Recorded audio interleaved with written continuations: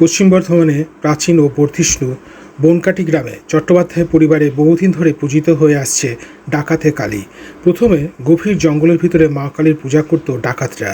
পরবর্তী সময়ে তারা সেই মা কালীকে দিয়ে যায় চট্টোপাধ্যায় পরিবারকে, যাতে মা নিত্য পূজা পায়। তো আপনার পাশেই হচ্ছে মা কালীর কাঠামো। মা কালীর কাঠামো আমাদের বাৎসরিক পূজা হয় কার্তিক মাসে, খুব ধুমধাম করে পূজা হয়।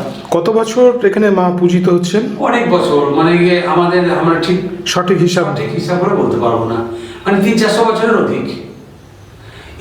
এই কালী অর্থ ছিল অ্যাকচুয়ালি আমাদের এই কালীটা আমাদের কিন্তু পৈতৃক কালী নয়। এর যে জামডোবা বলে যে একটা জায়গা আছে, এই পাশে জামডোবা জঙ্গল, এটা ডাকাতের কালী।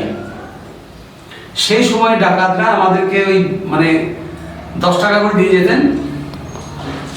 আমরা এখান থেকে মূর্তি গড়ে ঠাকুর সমস্ত নিয়ে গিয়ে ওখানে পুজো করে আমরা চলে আসতাম। তারপরে ডাকাতরা করতো। তারপরে এক বছর প্রচুর ঝড় বৃষ্টি হয়, তারপরে ডাকাতের বংশ লোপ হয়ে যায়, আমাদের সঙ্গে কোনো যোগাযোগ তো ছিল না।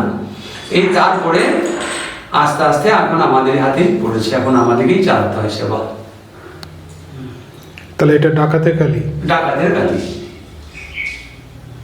এর খুব ভয়ঙ্কর মূর্তি, উগ্র মূর্তি।